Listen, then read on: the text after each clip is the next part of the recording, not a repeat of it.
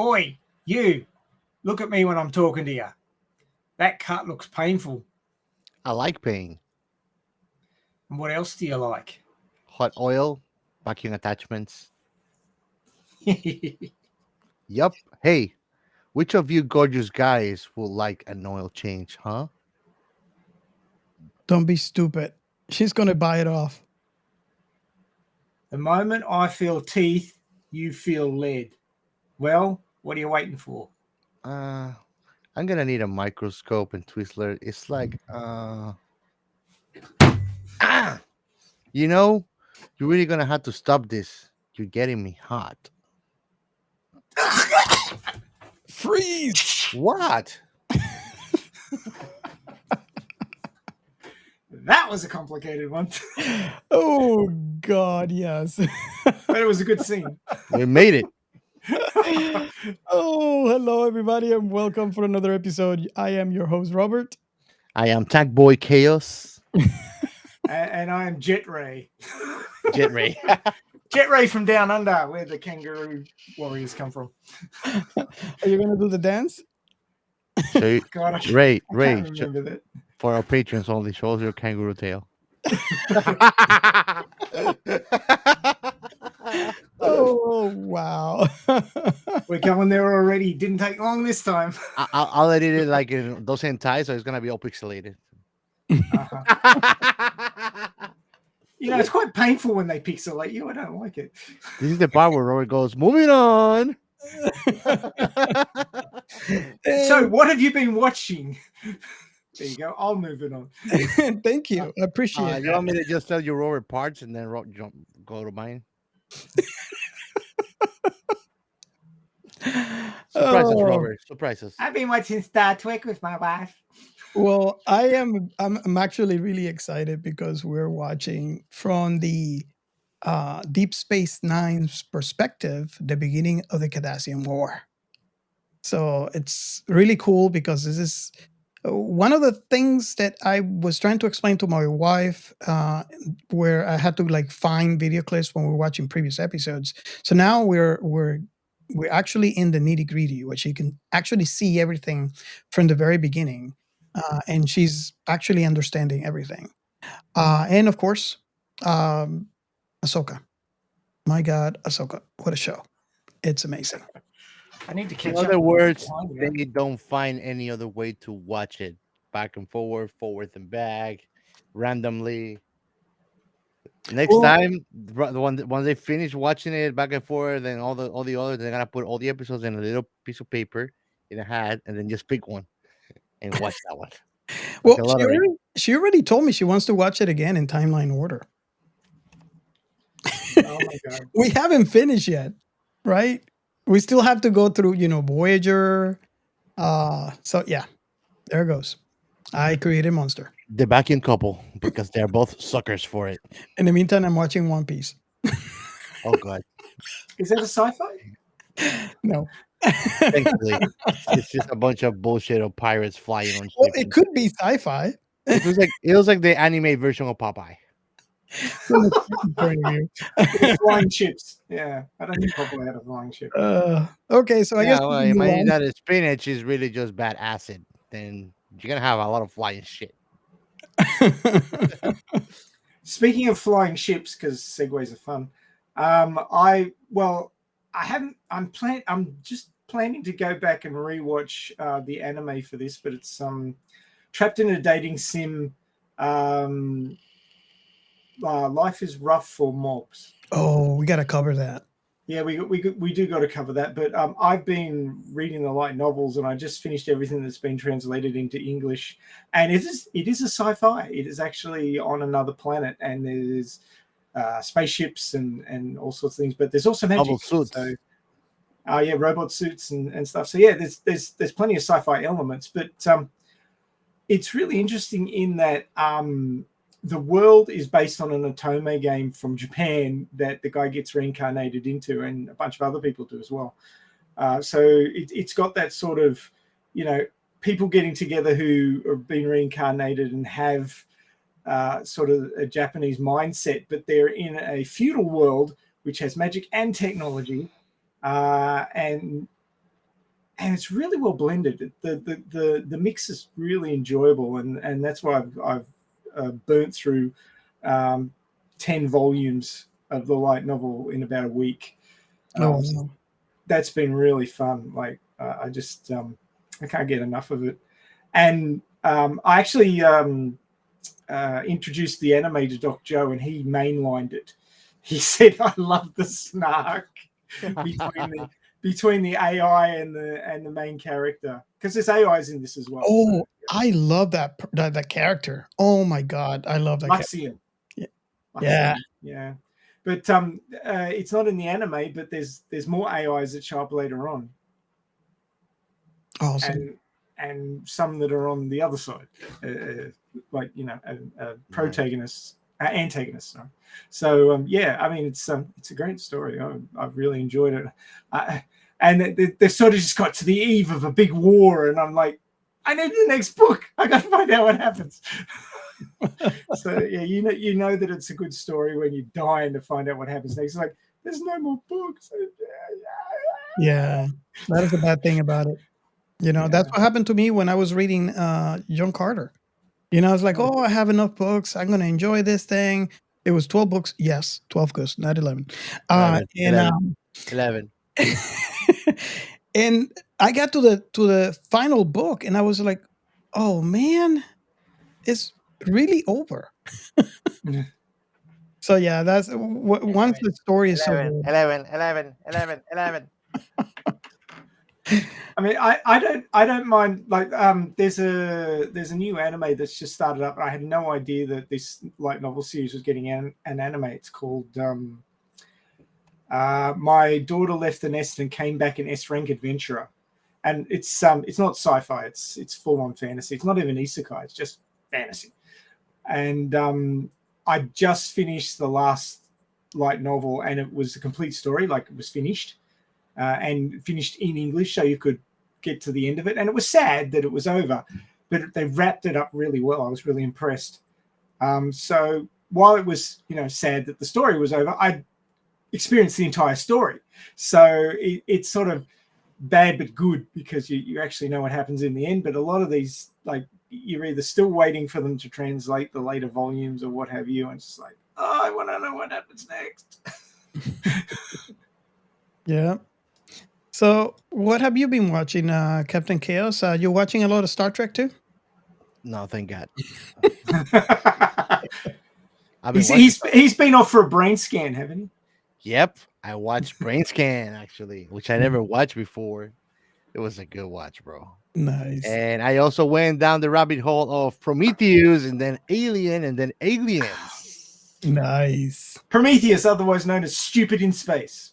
Well, I really like that. At that video that you sent me, I said more than 70% of the shit that the guy says. I said it watching the movie, bro. I did. I was like, yeah, sure. They're running, and the fucking thing is rolling over them. Yeah, like this thing was 10 seconds. Like, what the heck? Oh no, take off the helmets. Like everything, bro. It was so Coyote and Roadrunner. Like, the aliens were Roadrunner, and the humans were Coyote. It's like, we're so smart, man. Yeah, we're really smart. Like, we've sent our probes to map the place, but we're lost. Yeah. Oh my God, bro. I was laughing hard. Like, I was laughing hard. Fuck. But it was a good movie. Hey, dude, hold my beer. I'm gonna kiss this alien slime. Oh, my beer. Stupid in space. Good to you. I really dislike 2049. It just rubbed me up the wrong way. But I mean, this, like, Prometheus was one of those ones that if we record it, I want to be on there to rag the fucking thing. It deserves it. So you don't want to be in the episode for Prometheus? It's a matter of honor. No, I do. Okay. Because I want to talk about Stupid in Space. He needs to trash talk that, man. He needs to get it out of his system, Robert. I do. I love that movie. You call yourself scientist, you fucking idiots. Oh, wow. Nice. It was pretty and stupid. Like a little... There you go. Pretty stupid. like some women I've known. Yeah. Not being sexist or anything. There's pretty and stupid guys too. Okay, so should we go into the next segment? We are Science Fiction Remnant. This is the Funny Science Fiction Podcast. We are the Caribbean Science Fiction Network. We are Monorats. We are One Accord Level 2 Podcast. This is Jesse from Sudden But Inevitable and Open Pike Night. This is sci-fi. So there's this really cool hashtag that I heard about the other day. It's hashtag this is sci-fi. I heard of that too. Yeah, I think I even know the person who came up with it. Have you heard of that, Gio? The hashtag? No, No? what are you talking about? Something Cheers, really cheers. shirt too that I don't know what it's about. Cheers, Captain Oblivious, not Captain Chaos. No, I think that watching Prometheus is rubbing up on me. Oh, look, I was going to leave it alone, but no. Look, we don't want to spend the entirety of Tank Girl talking about Prometheus. That's just going to be wrong. I have to change the title. I Prometheus, we won't. Anyway, as you can tell, the Science Fiction Remnant guys talk about all sorts of different sci-fi all the time. But a lot of other people, get hooked into one particular IP and they just sit there and that's all they've got. And if other people don't happen to be into that IP, then they've got nothing to talk about at parties because, sci-fi geeks go to so many parties. But, cons then. They probably go to cons. But unless the con is like a Star Trek con and you're in the Star Trek fandom, then if it's a more general con, then you've only got Star Trek to talk about. So the This is Sci-Fi hashtag was created to expand your horizons. Oh, and there goes my cybernetics. Excuse me. What are you grumping about? There we go. It's decided to stop. The This is Sci-Fi hashtag was created to get people out of their little bubbles and get them into other types of sci-fi and other IPs. Because, if you are embedded deeply in your own little silo and you're not experiencing anything else, it's very hard to find out what's out there. It's hard to know what you don't know. So the This is Sci-Fi hashtag was created by that guy up there. To get people out of their little silos and out of their little bubbles and doing the Venn diagram thing and getting you into other things. So, of course, we're all the places across the internet where hashtags are used, you can find that This is Sci-Fi hashtag, and it will bring you a plethora of different IPs and interesting science tidbits and science fiction ideas and like we do at the beginning of the show, we discuss about what we've been watching and you just share and enjoy, which is, or to borrow another parlance, do you want to know more? Yeah. Have we done Starship Troopers yet? I don't think we have. Oh, we are going to. We're definitely. I think we need to. No. I mean, we've done that director's other masterpiece, RoboCop, but we need to do Starship Troopers. Yeah. Yeah. My all-time favorite. So yeah, have you guys interacted with the hashtag this week and come up with something interesting? Oh, well, this week actually I got some more engagement on my post about Peripheral. And I've been thinking of doing a couple more about other good series that I've been watching, but just stay tuned to our Twitter channel. So if you want to know what it's gonna be about. Yeah. You mean our X channel? X channel. It sounds like a porn channel, bro. It does. It That's just so needs dirty. 2 more X's. I feel so dirty saying it. Yeah, but you like that. You could have a dust shower afterwards. Yeah, but it's better to pretend, roleplay, man. So and that is, and I want to add to that, Gio, and that's what I love so much about the hashtag is that engagement, is that conversation. I mean, this is a show that you really enjoy, and you went out there and put in your ideas, and you're having a conversation with people that have either seen it or people that never seen it, and just engaging in that conversation, and that is the coolest thing ever. I just totally love that. Mm-hmm. It's true. Makes you feel at home, man. Yeah, yeah. So, should we move on? Sure. Shout out Shoutouts. And for these shoutouts, I want to first remember everybody that we're part of the Blind Knowledge Network. So go and check them out. They have a great variety of content creators, and I'm sure that you will find there what you like, regardless of your taste. It's there. I promise you. Now, with the first shout out, I want to give a good shout out to a very good friend, collaborator. We want to be on their show and want him to be on on our show again, Cinema Recall. Thank you so much for always engaging in the good conversation and sharing the sci-fi community, our podcast. You're awesome, man. Everybody should go now, pause, and go and check cinema_recall and have a look at it. Listen, you can find the tree link on their bio so you can listen to them on your favorite platform. They're always covering awesome content of those classic everybody loves. And And I want to add to that for everybody to stay tuned because we are working on a collaboration project. So don't be surprised if on a future episode you see Cinema Recall on our show. hell yeah. And next one is Jacktop Reviews Show Podcast. And you can find them on Twitter at Jacktop Review. They are awesome. Go and check them out. They also have a tree link there so you can actually listen to them in your favorite or preferred platform. Go and check them out. They're awesome. They're also always covering great content about most things that everybody loves, the good movies, classics. Go and check them out. And that's all for today. Awesome. So we have something new that we're going to start on this episode. So we are dropping our outer remnant section and we are blending that into other sections throughout the show. But I am really excited to bring this new segment. This is the very first episode where we have this segment, and it's called The Alita Army News.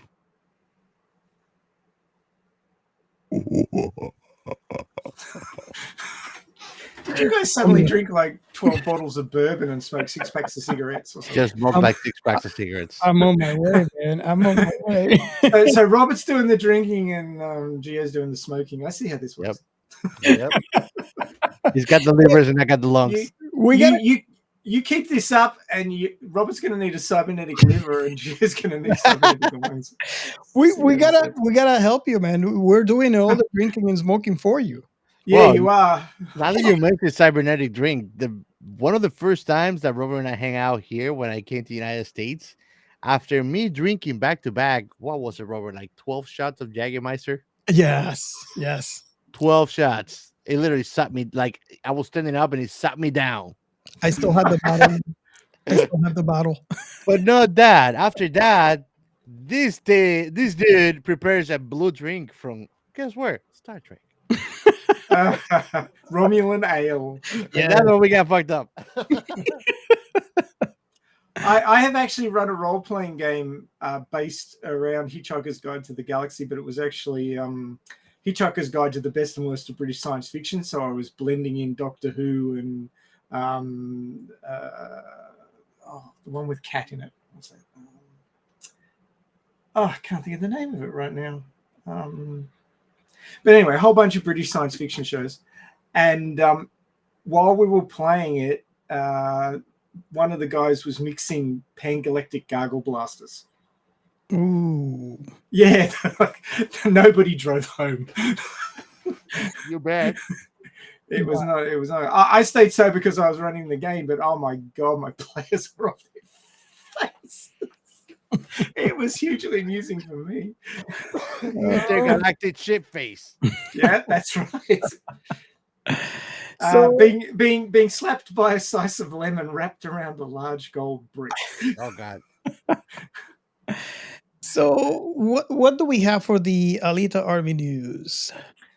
Well, about 24 hours ago from this recording, we had Radio Chaos episode 182, which was Before the Fall, How Do We Avoid a Future Like Alita's? Now, obviously, story-wise, everybody likes Alita's story who've come into contact with it and become part of the Alita Army. But obviously, you can tell pretty quickly that living in Iron City or in the Badlands would not be a lot of fun. Oh, It's no. pretty lawless, and people die all the time and have arms ripped off, and then they have to get cybernetic replacements and all that sort of stuff. But yeah, we were sort of going back before all that happened and trying to work out where things went wrong and what we could do, to avoid those sorts of things. And obviously, there's some parallels between Tank Girl and the history of the Alita universe, in that, at least in the manga, there was a geocatastrophe where an asteroid hit Earth and caused a nuclear winter. I call it a nuclear winter. It wasn't caused by nukes, but it's basically the same thing. There's a lot of ash thrown up into the air. It blocks the sunlight. Temperatures drop, and you get a long, long winter until the floating debris settles back down again. Whether or not it's radioactive debris is another thing entirely. But yeah, so that's what the topic was. There was some interesting little news tidbits there as well. What Rosa Salazar's been up to with her new work. So yeah, I recommend checking that one out. It's on the Alita Army channel on YouTube. Just type in hashtag Alita Army, one word, channel, and it'll come up. And in the live stream tab, you'll find 182 awesome live streams, which I don't expect you to watch all of them because I've been doing it for years. You have to be a little patient because a lot of them are like 3 hours plus. We're in the Alita Army. We like to talk about Alita almost as much as over here on Science Fiction Remnant we like to talk about sci-fi. So I mean, you can't be upset about the lack of content because there's so much of it. Yeah, I agree. Awesome. So this segment, we're gonna going forward, we're gonna feature anything to do with Alita. So I hope you guys enjoy. Okay, so bringing us to the important question: that are we ready?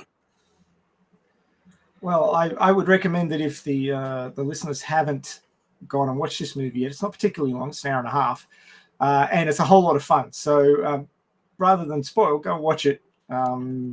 Currently, you can get it on the MGM add-on for MGM Plus, I think it was. Yeah, Amazon Prime Video. Yeah. So that's where I watched it. So yeah, you can catch it there. If you have MGM Plus membership, you can watch it there also. We watched it on Tubi with commercials, if you don't mind the commercials. But it's such a fun movie. And I would have to say this, and Gio, you can jump in here. I was slightly concerned because we know Gio's taste. This film is the 90s. This feels 90s. And it was just a plain fun movie. And I was really excited to hear, and we were actually doing this in a watch party today, to hear Captain Chaos mentioning that he enjoyed the movie. And we really laughed together. There are so many parts in this film. It's just a plain fun to watch. Yep. It was fun. So this film, and okay, so I'm not gonna say it. So if you're not following us on YouTube, I suggest you pause us right now. Go into YouTube, search for Science Fiction Remnant, and subscribe. Wait for this episode to come out a month later, and then you know what I'm talking about. We have little nice stickers, and the whole idea for these is to distract us from what we are about. I'm a bad man. And just like that, I forgot what I was going to say. But the main question that we have at the beginning of the show is how old were you when you watched this film, and what was your first impression? I think then, since Gio is the absolute noob here, he should go first. Yep. He's a day old. Today. Yeah, he's a day old. Well, less than a day. Today years old. Ground Zero. It was fun, man. It was good taste, hilarious, with an extra touch of campiness. When Gio says good taste, I know it's bad taste. But anyway, There you go. But and I like it that way, Ray, because that way I know that everything that I like, I don't have to worry about you touching it. really, really. And that's how the game is played. But I think that is a classic that everybody should watch. Those scenes, bro, where like the comic scenes. Damn, man, I never tripped so bad in any kind of drugs. It was fun. It was fun. I liked it. I think that is something that everybody should watch at least once for sure. It's good comedy too. Nice. Oh. So, Ray, I guess we're gonna discuss and see. How old were you when you saw this? I can't remember exactly. I know it was not exactly 1995 when it came. I don't remember seeing this in the theaters. I saw this when it was released on. Yeah. I got the home release. I don't think I saw it at cinemas either. I don't think many people did see it at cinemas. Yeah. Because the critical release was pretty mediocre. It had scrolling. God, this is so long. Budget was 25 million, and the box office was 6 million, which is not much. Wow. So yeah, she didn't do so well at cinemas, but it got more of a cult following when it got onto home release. That's where it did its work, and I'm sure it's probably made money by now. Oh yeah. So I guess you could go first. I can go first. It doesn't matter. It seems like we saw it all around the same time. I'd say so. I probably want to say maybe 16, 17 when I saw it for the first time. Really? Because that would have been in the 80s, and this was the 90s. Oh, well, this is 90. Oh, yeah, you're right. Never mind. My math is failing me today, man. That whiskey's good, bro. Man, I in school they told me I would need math. I tried to do math, but it didn't add up. Happens to you for keep on playing Star Trek chess. Yeah.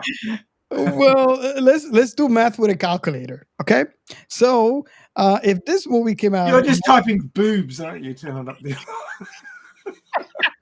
That's why he's failing at math. Oh God, I remember those. What is it? 8008? Is that what it was? And 5? No, 58008. And then you turn it around. For those watching on YouTube, you'll see that Gio is sitting there, Captain Chaos is sitting there trying to work it out on his phone with the calculator. Oh, nice. So yeah, I was 26, 27. That sounds more like it. When I saw this film. You see, math is working thanks to the glorious calculator. So this movie was so much fun. When I watched it for the first time, I couldn't stop laughing. The topics were really intriguing to me. I did not quite get much of the content first time that I watched it because I was too busy just enjoying the film and laughter. That everything kind of and again, I was younger. I didn't have much experience. I didn't have much knowledge. Now that I watched this later, it has a different taste to it. But the very first impression that I had is such a fun film to watch, and I really really enjoyed not only the topic but also the comedic chops from what was her name? Lori Perry. And so that's actually my very first impression. I just got buried in the laughter for me. How about you, Ray? Well, I should just preface this with a bit of context in that this movie is probably more faithful to the original comic book series of Tank Girl than Judge Dredd was to the Judge Dredd comics. Judge Dredd was part of the AD 2000 comic range, and they all have the same sort of vibe, sort of punk aesthetic, crazy comic book kind of thing with bright colors and people doing wacky things. And whereas Judge Dredd got super serious, this stayed silly, and it was much more faithful to the source material than Judge Dredd was. I'm not saying Judge Dredd was bad. They just went hardcore rather than stayed light and fluffy and punky. But this one stayed super punky, and yeah, I mean it's very much a story about young people in shitty times trying to work themselves out and work out the world, and it's a sort of very simplified version of what lots of people go through when they finish high school and they go to university, or they finish high school and then they don't know what they're doing with themselves, and they're sort of up against adulthood and government and controls and becoming an automaton, a wage slave, or rebelling against the whole thing. And of course Tank Girl falls into the rebelling against the whole thing side of things very much, and Tank Girl is an analogy of that coming of age and rebelling against all the controls of adulthood that we all bend our backs to every day. And some people find a way to exist and eke out some joy out of that sort of adulthood thing, and other people go, fuck it, I'm not being part of this, I'm getting off the escalator. And that's what Tank Girl does. She gets off the escalator and she drags Jet Girl with her. And water and power is basically an analogy for adulthood and all the controls and requirements and doing everything to be accepted and being part of the big adulthood power structure. And Tank Girl's not doing that. She's not buying that for a minute. She's not interested. And that, I didn't understand that when I saw it in the 90s. I was I didn't really get this movie at the time. It didn't talk to me then, but now I see what it is exactly for what it is, like through the lens of a few more decades of experience. And I mean, it's just like we say with a lot of our sci-fi that we analyze here on Science Fiction Remnant. On the surface, it's fun and a bit of humorous. It'll make you laugh. You'll go, what? A few times, especially when they break into full production song and dance numbers. But when you sort of do it. when you peel back that band-aid, either slow or quick, depending on how much you like pain. And of course, we all know the Tank Girl enjoys pain. Thanks to the quote that we used at the start of the show.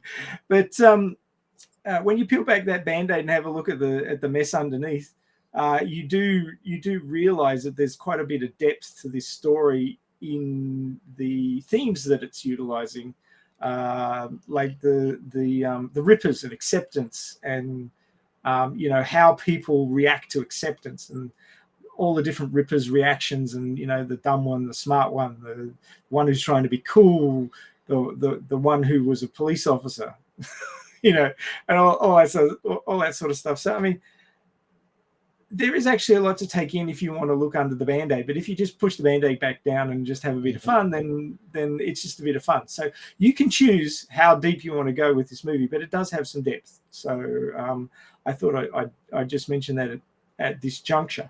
That's true. But yeah, when I first saw it, it was like, oh god, this thing's crazy.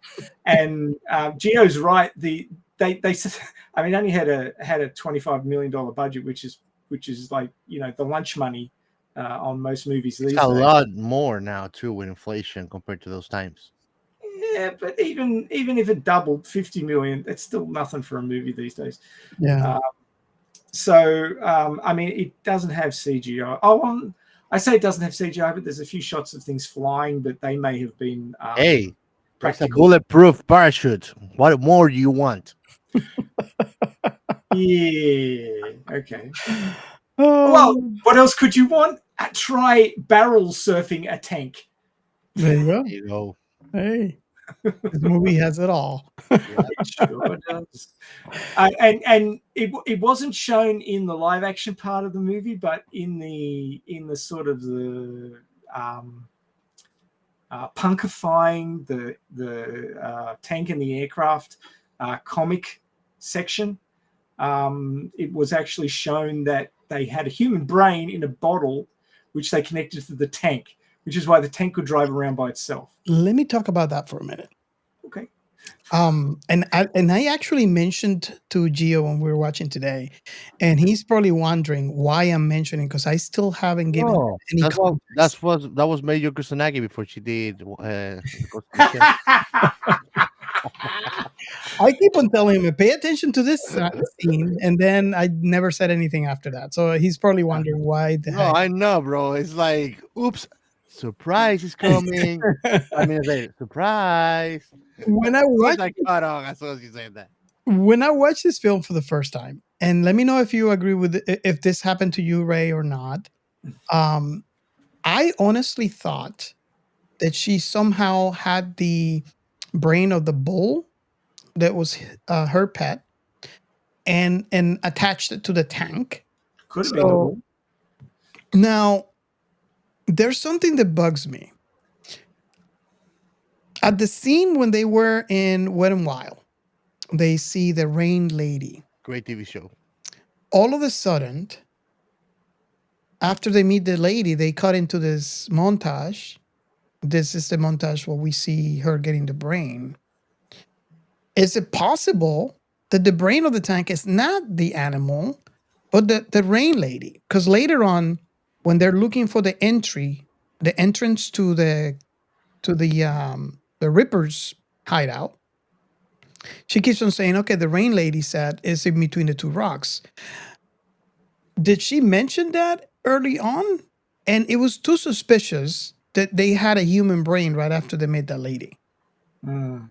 They never expressed it in the movie, but after a couple of rewatched, I cannot change my original thought, thinking that it might have been the bull's brain, because it kind of looked like a human brain, and it happened right after the rain lady.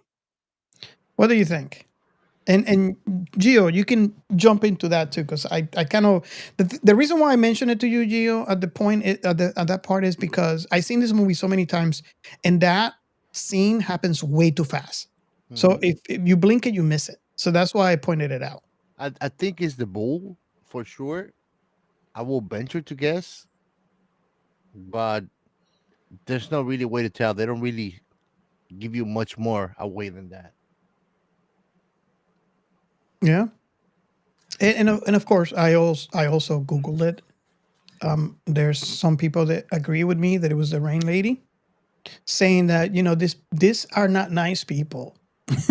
you know, it might be fun and all, but if you look at what they do in the film, they're not nice people. So, what do you think, Ray? What is your vet? Do you think it's a bull or the rain lady? It's not the bull. That's not a bull's brain. It's a human brain. So they That's had to what get I it from thought. somewhere. But I think the rain lady's actually Subgirl. Um, it's the same character. Because Subgirl's like you've got Tank Girl, Jet Girl, Subgirl. there's a trend here. So you think it might have been some random brain they got? Maybe the boyfriend's brain? It could have been the boyfriend's brain. Boyfriends of the bull. Why? Because it's very cooperative. Yeah. Well, I was Imagine if you put a brain that doesn't want to cooperate. Still a brain is still a very autonomous entity. And you put it in a tank, it could not work very nicely if it doesn't want to cooperate.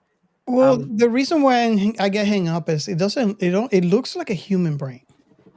It does. I think That's it where does. I'm hang up with. Initially I thought it was a bull, but I'm like, it looks like a human brain. So it might, When she has that conversation with the tank near the end of the movie, and he says, "What? So you're out of ammo?" And the tank goes yeah, with the gun. I don't think a bull could tell if it was out of ammo. yeah, that's true. I think That's it needs also a to good point. be to have a conversation with her like that. So listeners out there, reach out to us and let me know what It you was the boyfriend. Figures why she was riding the barrel so sexily. Could have been the boyfriend. Yeah, it could have been. His Like, dad, right, me, so baby. there's so many points. But you know what? We did forget something. Do you know what it is? I guess the listeners know. The The plot. plot. The plot. I have the plot. It's right here, right in front of me. You have the plot. Let's listen to the plot. I have the plot. Here we go. Let's just say that it's a little bit plot light in places, this movie. Yeah. Yes. So, Oh, yes. in the year 2033, so not far from now, a decade-long global drought in the wake of a comet striking the Earth. So that would have been this year. So look up if you want to. Oh, look up. Yeah, the You might asteroid. see some comments. Yeah, some comments. Oh, you can tell my wife's home today because I can hear the vacuum in the back. Oh dear. Okay. A decade-long global drought after the wake of comet striking the Earth. When they say drought, I mean droughts are bad, yeah, but it hasn't rained anywhere on Earth for 11 years, so that's pretty horrific. The little remaining water is controlled by Kessel, Malcolm McDowell, and his Water and Power Corporation, which subdues the population by monopolizing the water supply. Rebecca Buck, Tank Girl, or Laurie Petty as the actress, is a member of a commune in the Australian outback that operates the last water well not controlled by the corporation. In an attack on the commune, Water and Power troops kill Tank Girl's boyfriend Richard and capture Tank Girl and her young friend Sam, Stacey Lynn Rounsma. Rather than killing her, Kelsey enslaves and tortures the defiant Tank Girl. Jet Girl, Naomi Watts, a talented but introverted jet mechanic who has given up on trying to escape Water and Power, urges Tank Girl to make less trouble for their captors, though Tank Girl refuses. What a shock. She's good at that. Really? He refuses? Yeah. Shocking. Among other forms of torture, Water and Power personnel push her down a long pipe to introduce claustrophobia. The mysterious Rippers slaughter guards at a Work and Power compound, then escape. Kelsey uses Tank Girl to lure the Rippers into the open, but they gravely wound him. Tank Girl and Jet Girl escape during the attack. Jet Girl steals a fighter jet. Well, it was more like a transport with a minigun on it. And from Water and Power, and Tank Girl steals a tank. Now there's a shock. She stole the tank. Tank Girl stole the tank, and Jet Girl stole the jet. What a I never would have expected. It's such a twist. Yeah, it's like Captain Chaos causing chaos. It doesn't make any sense. Oh, when does he ever do that? I mean, the guy's so well controlled. Exactly. That's my point. They both heavily modify their vehicles. The girls learn from the eccentric sub-girl that Sam is working at a sex club called They do a Liquid Mad Max Silver. version of Pimp My Ride. I found that scene a little bit sus when they started talking about Liquid Silver. I'm going, God, that sounds like a sex club, doesn't it? But the kid was like 10. That's just not good. Yes. It was better than that club we saw called the Glory Hole. No, that was a town. Yeah, that was from that movie. Cherry 2000. Yeah. Well, there's another movie that I particularly like called Dust to Dawn, and the club there's called the Titty Twister. So I mean, Titty Twister. You know that there's Easter eggs in Cyberpunk because when I'm playing, there's a strip club called Titty Twister, and there's one for like a male stripper club called the Dicky Twister. It's Cyberpunk, bro. You can literally go and walking into these clubs. Well, there's one thing about the titty twister in Dust to Dawn, and that is that you guaranteed some sucky sometime. And I'm gonna look for it on the map and make a snapshot, send it to the Discord. If you want to see it, then go to the Discord channel, make part of it so you can see it. Oh, dear. And there you go. Join our Discord. You gotta join our Discord and YouTube so you know what a very young mad scientist is doing. Help me! Help me! We should do that movie sometime too, because it's yeah. So anyway, the 10-year-old girl's been taken to a sex club, and as you can imagine, bad things are happening by the time they get there. And you know that rat face guy who was trying to drag the little girl away? I was telling Theo. It was Iggy Pop. He did not recognize them. That was Iggy Pop. Yeah, I mean he looked ancient back in the 90s. So they infiltrate the club, rescue Sam from a pedophile, Ratface, and humiliate the club's owner, the madam, by making her sing Cole Porter's "Let's Do It" at gunpoint. As you can see, the plot here is kind of all over the shop. I mean, Captain Chaos could have written this. Come on, Gio. I know you want to sing it. Birds do it. Bees do it. Even educated fleas do it. Let's do it. Let's do our taxes. Hang on. What? No, that's not the right version. Sorry. It felt more like I was watching Mad Max Moulin Rouge kind of thing. It really was. Mad Max X Moulin Rouge. Totally. Very well put. I like that. No, that's cyberpunk. Yes, she's singing "Let's Do It" at gunpoint. Water and power troops break up the performance and recapture Sam because they're always watching what these people are doing, and they really dislike musical numbers. So they interrupted it before it got finished. Oh dear. Tank Girl and Jet Girl wander the desert and find the Ripper's hideout. They learn that the Rippers are super soldiers created from human and kangaroo DNA by a man called Johnny Prophet. Tank Girl befriends a Ripper named Booger. You mean NDA? NDA? Kangaroo NDA? NDA, yeah. Well, what do you get if you reverse DNA? And. Okay. Captain is trying to say something, but nothing comes out of his mouth. And NDA is an actual thing. It's a non-disclosure agreement. You know, it's what you sign. It's what Robert signs, but he's gonna get into a new plane kind of fast. That's what Booga said. 50 Shades of Planes. Go ahead, Brian. Sorry. So we got Booga, while a Ripper named Donna shows romantic interest in Jet Girl.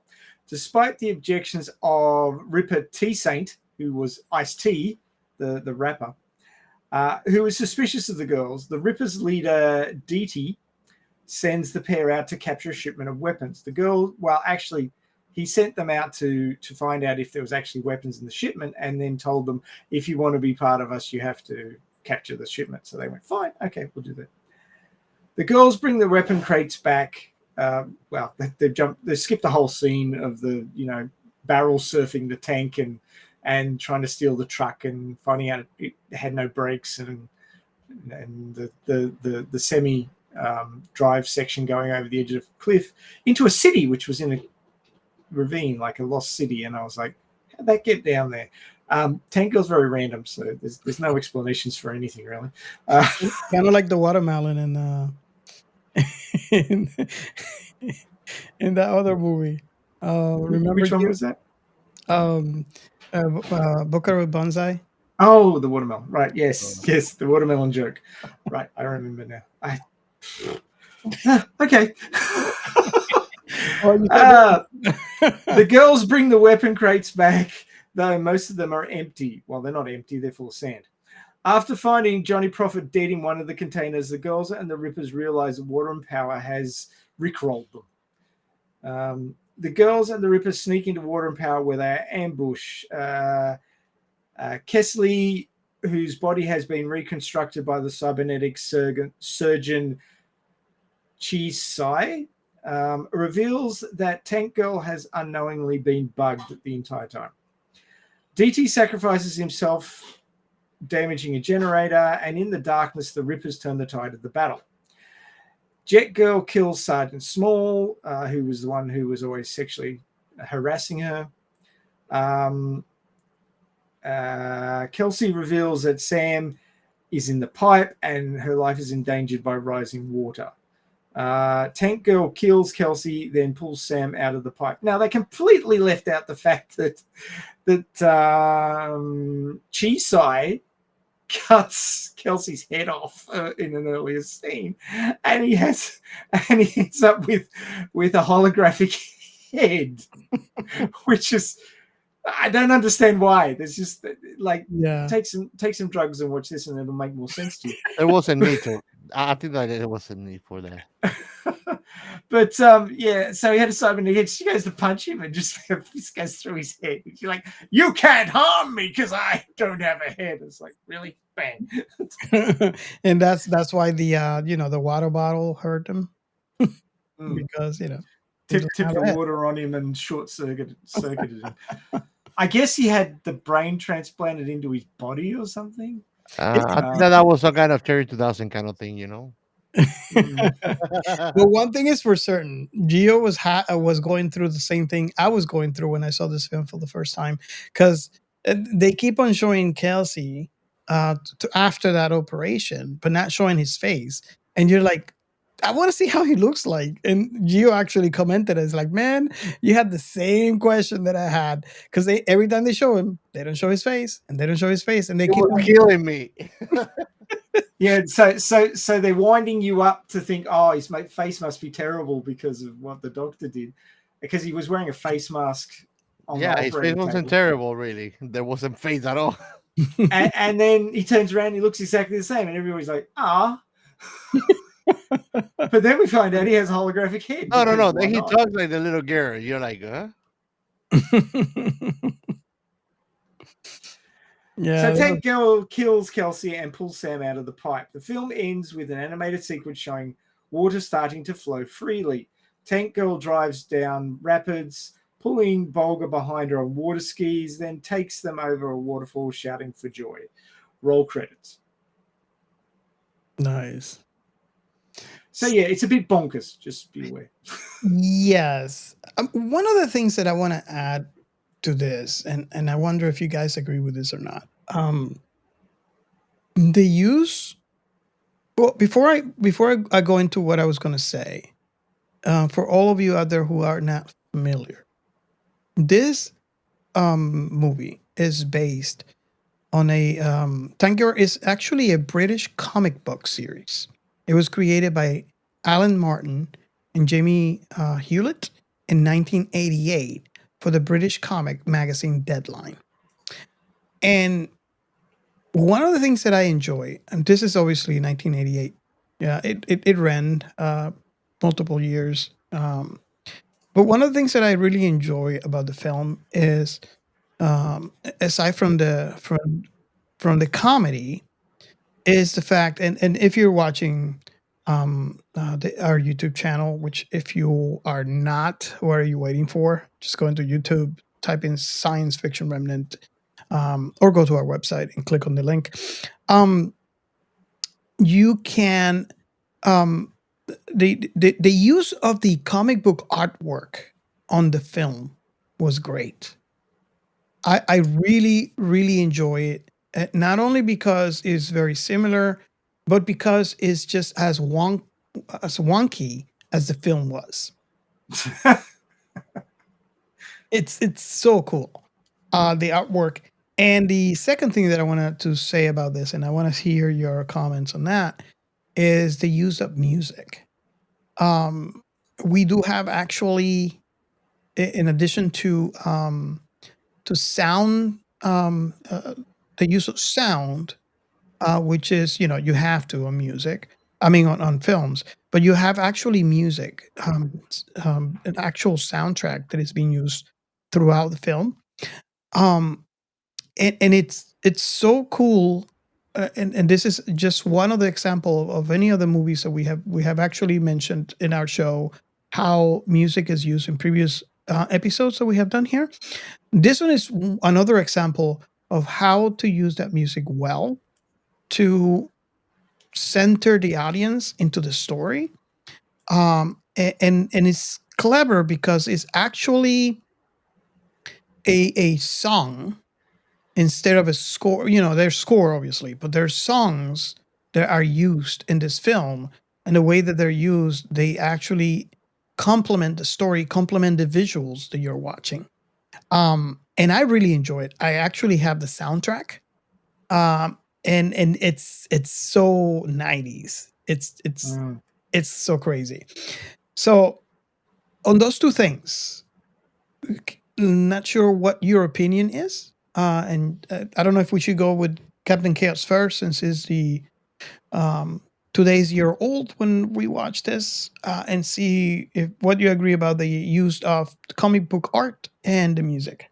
I think it was tasteful, and I think it's one of the signature things of this movie that makes it distinguishable from anything else that was done close like that at all.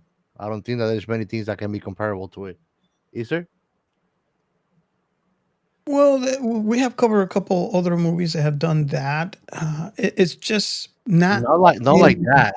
not many movies. Yeah. I don't think that the cuts and the animations they're not like that. I don't recall right now. I mean, if you recall one that you could compare, I don't think that there's something that did the blending of movie with actual animation on it. Well, I was mainly talking about the use of soundtrack, the actual music instead of Oh, scoring. I love it. I mean, Bjork, bro. Didn't you notice? Bjork, Oh Mhm. yeah, I love her. twice. I love Bjork, bro. Yeah. Oh, But Gio, we've got another point of convergence, because I've been a Bjork fan for forever. In fact, the last live concert I went to was Bjork in Sydney in '90. God, which '90 was it? It I was would late love, '90s. I would love to see her in concert. I've never been at a concert Oh, like she's that. tiny. She's like a dwarf. She's really small. Well, better call it an elf. Bitch doesn't age. She doesn't age, bro. She looks younger than me. She But could be my grandma. her first language is not English, and you can tell in her accent. But her accent is so like that. I don't think there are any other artists that sing the way she does, let alone sing what she does. Sings Um, or compose anything. yeah, She's very yeah, unique, eccentric. yes, and she plays a oh god, what are they called? Squeeze box. Crap, what's the proper name for it? Squeeze box, accordion. Accordion. Thank you. She plays an accordion live Oh shit! on Oh stage. shit! Yeah, it's great. Interesting. Oh man, I mean, there was these two massive speaker stacks and this tiny little woman singing with an accordion. It was just like Tinker. Like seriously, I think she's 5'4", if I'm not she's mistaken. tiny. She's tiny. Yeah, she's tiny, man. I think that Bjork, before being Bjork by herself, she wasn't ABBA, right?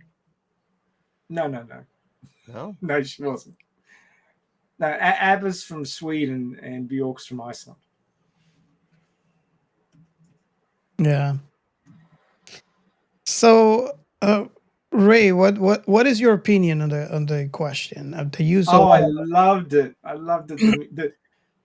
It's not just that the music fit the story so well. It's that it is so iconic of the mid '90s that it just drags you straight back there when you hear it. Like I I'd read when I was looking at the listing before I started playing the movie that there was some music from Bjork in there, and I'm like, oh, cool! I haven't listened to that for a while, and then I'd forgotten about it. And then they get to the sex club, and Army of Me starts playing, and I'm like, oh, this is so cool. So yeah, I mean, the music meant even more to me than the average Joe who might have been watching this. But yeah, it just fits so well. I mean, it's really weird the number of times that I've seen a movie when it's been released, and either I was too young to appreciate it, or I just didn't have the life experience to appreciate it, and then you watch it again years later, like um, Blade Runner and Tank Girl and so many others, and it just, your eyes open, you go, wow, I never saw any of this depth, I never had any of this connection beforehand. So I highly recommend that if there was a sci-fi movie that really didn't work for you and you watched it, decades ago, go back and watch it again and see what it does for you. Because the number of times for Science Fiction Remnant I've gone back and watched something that I vaguely remembered and thought, oh, it was so. And then I watch it again, I go, oh, God, this is good. How did I not remember how good this was? Or it wasn't good for me at the time, but now it's awesome. So, yeah, highly recommend going back and checking things out again, because as you age, these things take on a different perspective for you. In a less glamorous note, what Ray's trying to say is that you can be flaky. So watch it again. People change their minds all the time. Yeah, they do, bro. They do. No, but he has a really good point, because I mean, Yeah, people are flaky, right? I seen this film so many times after my very first time, earlier on when I was in my 20s, and the experience, as time goes by, my experience to that film changes. I think I am at the point where I can appreciate most of the aspects of this film, especially those deep concepts that we have. Oh yeah, who can forget? If you are not watching on YouTube, you don't know. We're showing the iconic Tank Girl bra, which is actually two missiles, that in the animated series within this film, she actually launches. It makes you wonder how she didn't get burned. Um, She put the match up her butthole. It's your oh, creativity, man. but that's so iconic. That image that we're showing. And again, if you're not on YouTube, go ahead and subscribe to our YouTube channel, and stay tuned for when this episode comes out on YouTube a month later. But we are actually showing this iconic image. And I say iconic because you've seen it. Well, at least I've seen it everywhere. And I think it has been replicated even by Madonna had actually replicated in one of her concerts, where you're using that the two missiles as a bra. And she actually, I was really appreciative when they actually showed that in live action in the film, when she was with, I think it was Booga. They were like, Yeah. they were sitting right near the end. Yeah, they were laying down, and Booga was showing her a it was actually a painting, and she had the iconic bra on that scene. It was really cool. So yeah, that distracted me what I was going to say. But yeah, I love distracting you. That's one of my jobs here. nice. Yeah, and there it goes. Our Captain Music. Chaos lost his voice. He's Just talking. showing rocket tits and he'll lose it.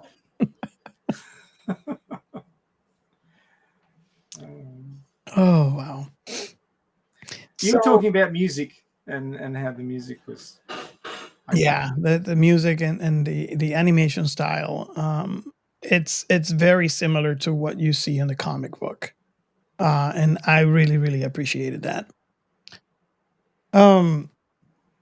Gio, I'm kind of curious, since it was today that you saw this film. Yeah.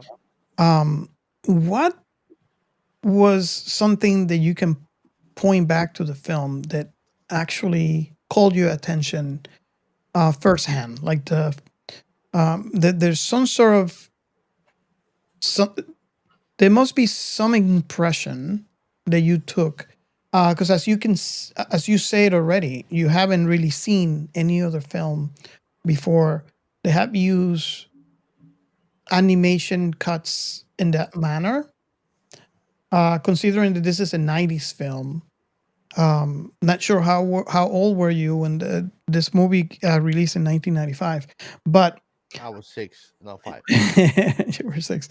Um, what impression? And I'm sure you still you saw it today, so you probably like me. You probably need to watch it a couple more times and kind of like digest it. Um, so this technically would be your very first impression until you kind of rewatch this. Hmm. Um, but the question that I have is like the biggest impression that you had on this film when you watched today. Um, what would you say that was? Because I mean, this film has deep um, topics. We'll explore some of those in our Yeah. science, the science behind science fiction. But to you, what do you think was the most impressive thing that you can recall about watching the film today? I think that what I mean, it entertained me. I was surprised. I didn't think it was going to, but I think that it was a very well made film when it comes to making you feel like you're watching something of a comic book, but still it's a movie. Yeah. Even with the animated series, it was a movie. So they were able to convey that vibe into a movie, which I think it was very, very well done. It's like I'm telling you, like you can see things that have little comic strips and things like that, but nothing like like Tanker I've seen before, for sure. And I think that the authenticity behind it is something that is gonna always make it stand out. To be honest, I would have to agree. I would have to agree with that. you better. Uh, Ray, you probably like me. You watched this film so many times. Um, what impression? What is the latest? Let me rephrase that. The latest impression that you had on this film, accounting for all the multiple times that you have watched it in the past. Um, and like I mentioned before, how our taste, our experiences changes the more time passes, and the more we watch this film. I sort of kind of covered this already, but I'll just reiterate that when I first saw it, I thought it was a bit crazy, didn't hang together very well, and I was probably a bit too serious about it and wasn't that entertained. And I think with such a low uh, Rotten Tomatoes score and a low box office, that it didn't really hit the mark when it was released in the cinema. But given time, the passage of time and the change in perspective, it became more of a cult classic because people could start to gel with what it was trying to do. It's a lot deeper than you think, as I've mentioned before, but also it's a very unique storytelling style, and the fact that they only had a 25 million budget probably was a case of they couldn't afford to do those bits that they animated, so they animated them because there's just no way they could do them in live action. Yeah. So it was almost necessity, but in following that necessity, they drew the comic appreciators into the story, because live action from comic, be it manga or Western comics, doesn't tend to have a great track record. I mean, there's a few glaring exceptions that did really well, like of course Alita Battle Angel, that we all three of us know well. But and apparently One Piece, I still got to watch that. But things from Western comics like Judge Dredd and this, they haven't really garnered a big following. But that might be because Judge Dredd tried to go too serious, and other things they've done it completely in live action, and it hasn't necessarily had the same flavor.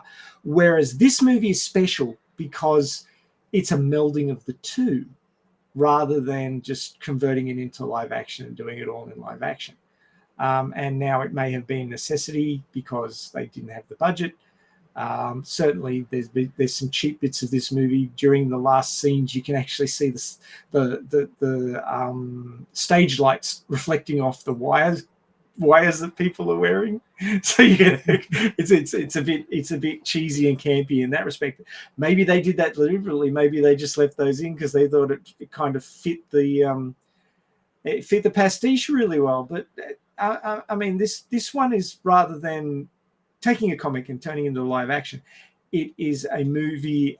It's a live action movie about a comic, which includes comic elements, which draws the two together. And that's one of the things that makes it really special. It's a melding rather than just a straight up live action. I would have to agree. And before I give you my thoughts, just out of context for the audience, IMDb, out of a 10 rating, this movie has a 5.4. Rotten Tomatoes is interesting because the tomato meter is at 41, green splash. However, the audience score is 62. So just so you have a point of reference there, of the ratings that this film has. I do agree with you 100%, Ray. And this is one of the impressions that my latest impressions of watching this film is how well the meshing between the comic and the movie is. And you couldn't said it any better. Where this is not an adaptation, it's just kind of like a blending of the two mediums to actually tell a story. I really appreciate that, as well as the deep message that this film has, and um, what's happening within the film. Like, for example, the asteroid hitting the Earth, and causing the worldwide drought. That is what precipitated this whole thing into what we see in the film. So this is stuff that I'd never really thought about it when I watched this film for the first time. It was just, um, how can I say this? I was just so lost in laughter that I did not have the time to analyze. Not that I could analyze much at that age, but still, I was just lost in laughter. This film was just so much fun, and so comedic, that, and it still has not lost its touch. However, I can appreciate the other aspects of this film that I couldn't appreciate the first time that I watched it. So I should mention the Tank Girl's still going. There's comics coming out as recently as 2020. So yeah, and that's why I was telling in our pre-show to our Captain Chaos that he should go ahead and read one. Yeah, you guys should stop putting more shit in my list. Oh dear, it never ends, does it? No, very much. You guys are trying to work your way up to make me hate anime and sci-fi all together. Oh come on, we're keeping don't you from want getting that. bored. We're keeping you from getting bored. Yeah, we're keeping you busy. Yeah, when somebody asks me, "Have you watched this movie?" I'm like, no, man. Everything that I have time to watch now is restricted to sci-fi that I have on the list. Oh, Well, Robert and I are cheats because we've had like 20-something years more time to watch sci-fi than you have. Let's talk about that in 20 years. You'll be there, man. It's just a time thing right now. No, we'll talk about it in 20 years, even though you guys are gonna remember shit of what you watched or read back up there. Hey, you know how the plot says that it's set in the Australian outback, yeah? Yep. You do realize we don't have many sand dune deserts. We tend more have rocks. Yep, that's true. But also we don't have a Golden Gate Bridge. Well, come on, man. I thought that it became San Francisco or something. No, you know that what you don't understand is that happened after the disaster. This is when they built it. Oh, okay. Because there's So no water, but we need a Australians bridge. get that overload of Californians, so people from Seattle, I guess. Mm. So that's the bridge that goes from Australia to the US, right? Is that what it is? Yeah, Australia's gonna be the future Silicon Valley. It's keeping everything in between just straight. Yeah. Too easy. Like that. Cyclones and hurricanes and stuff be damned. We'll just build a bridge. Raise your tails, whoever is in favor. You know what they say? Build a bridge and get over it. Yeah. I usually build, I just cross and then burn them. Yeah. Yeah, but that wouldn't be Captain Chaos if it wasn't. Yeah, Captain Chaos drives a very, very pretty looking tank with jet engines on the back of it so he can burn his bridges as he crosses them. Oh, God. So, was everybody shocked? Well, I want to say shocked because I can't find a better You word. cannot be shocked with this movie, man. This movie is like the movie of pawn lines. The movie of pawn lines is this movie. Oh my God, yes, that's another thing that I enjoy about this movie. And actually, I was telling this to Gio. I was watching this with my wife, and I had to pause this movie so many times so I can explain the puns. And this movie is filled with puns, filled, and I really, really enjoy that. It's so much fun. Yep. So the writing is on point, I have to say, and Tank Girl's quips are very, very good. She's very sassy, which is nice. Yeah. Okay, go say that I won. I won. Say that I won. I won. I won. And then comes back at the end. She goes, I won. But I like the message in there. I kind of I feel relatable to it. I did like it because it had a deeper message, a crazy message. It's like you cannot break crazy. There was no precarious situation that this doofus could put her that would really make her fear for her life. Like she's fucking fearless. She's crazy. Even when she was going into the pipe, you can tell that she was afraid, and she did not break. No, she knew that she was fucked, but I don't think she was afraid at any point. She had did not break. PTSD. Yeah, but I think that that's the beauty of it, because it's not that she's crazy that she's gone out of it.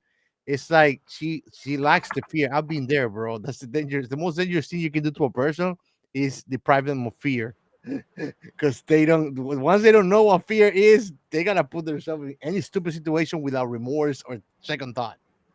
And you can see that on her acting and her character. There's no such thing as fear. She goes right into the fucking wolf dance and smile at them. No, and defied them. It's like, Think about it. Mr. Holographic Head thought that he was playing them all along, and he still got fucked. Oh yes. I appreciate that spunkiness. That's craziness. Spunkiness bordering craziness. And remember, guys, if she's fucked in the head, she fucks in the bed. Oh my God. Okay, changing the subject. Were you guys shocked the very first time you saw this with the use of this machine that is completely fictitious, that you can stick it in someone's mouth? Oh yes. It sucks in the water content of the human body. Purifier. Human purifier. Yeah, it purifies humans. The first time that dehydrator. Exactly. The first time that I saw that, the very, very first time at the very beginning of the film, I was grossed out. It's not because it's grossed. It's like you barely see any blood, It's just the concept. I mean, and this is another great thing about the film, is they don't really need to show you It's just the way they present it that you get the idea. Well, You know, Robert loves aliens, which is an ugly ass thing that has a mouth within a mouth that drools acid. That doesn't turn his stomach around, no. but well, I'm not saying that it actually turned my stomach. It was. I remember I was like 26, 27 when I saw this for the first time. It kind of shocked me. I'm having a hard time finding the perfect word because it's not really a shock. And it was a little gross to me when he Yeah, took the water and drank that, and he said like, well, I forgot his word for it, but delicious, or Nice. you know. Um, the first time, and I don't know that Geo would be. I mean, I would love to hear your thoughts on that scene. But mainly, I think I want to go next to Ray and see the very, very first time that you watched this film. What was your impression on that scene? it was unexpected and shocking, certainly, that they had a device that you could just shove into somebody's body, like you know, don't like the guy at the pedestrian crossing, suck all his water out. You know, it's just the crazy bad guy running the corporation that was hoarding all the water and power can just, anybody displeases him, he just desiccates them and takes their water, which kind of felt very sort of Dune, or as you guys say, Dune, the that sort of, water. Your only value is as a water storage device, Yes. kind of deal. Oh yeah. Especially on the planet Arrakis, but yeah, it really felt quite like human life was. Moadib. That's the one. But it really felt like human life just came down to how much water you were carrying. That's all it was. That was your only value, and being that it could be removed so quickly and purified so easily, yeah, if you were no longer useful, you were desiccated, and they took your water. And that was the end. So yeah, human life was devalued, something chronic. Yeah, it's I found it really interesting because um even the doctor, the Chinese doctor they brought in, which by the way, this guy has so many credits on IMDb. And you're probably, if you're familiar with James Hong, he's playing Chesai. He was the doctor who cut Kesley's head off and given the holographic. Um, Because that's what I would have done. but even when he was discussing his price for the whole procedure, something that is a little shocking is how the monetary value is based on water. He was asking for 100,000 liters of water as payment, and it's insane, and it's very familiar to how human life is devalued in a cyberpunk IP. Water talks, bullshit walks. And that is just, I mean, you can kind of see after the fact. I mean, especially when I watch it today, right? When I watch that scene, it doesn't have the same effects that it did when I first watched it for the first time. But I can kind of see that. I don't know if you noticed that scene when they were celebrating. Everybody got a champagne glass full of water, and they were, cheering on that.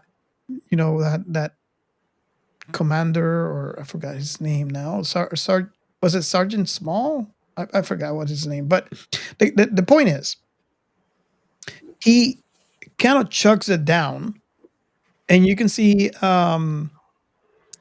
you can see Kesley looking at him like, oh, he already messed up. Yeah. Because he wasn't, and you could see how it's like, oh, no worries, I'll get that water back. And we can see that later, like what is it, 10 seconds after, how he just gets, kills him by taking The all the juice water. out of him. And that brought on that brought the concept, and for all of you out there who might not know, the human body in average is 60% water. Again, it doesn't really work that way because No, because that water is not actually in water state; is in glucose and etc. it is in every part of your body. It's not like in the if you Google it, you'll see those infographics where you have the human body and then the little wave halfway through. Yeah, no, it doesn't kind of work that way. It's all And it's not a case of if you cut your toe, all the water pours out either. so every time I look You- at those infographics, I just laugh. You are not a water bag. Just be aware, you are not a water bag. You are a human being. But Yeah, meat sack. Yeah, the functional logic of that device is beyond me. Like, does it have a water magnet that draws the water through the entire body and out into the thing?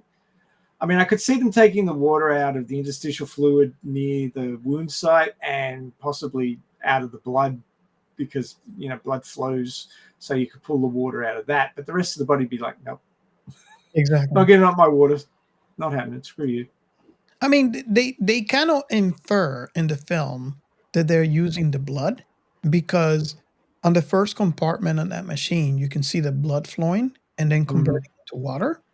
So you could kind of see what they're inferring. But then again, I don't know. The logic, it's No. something There is no logic. It's just funny.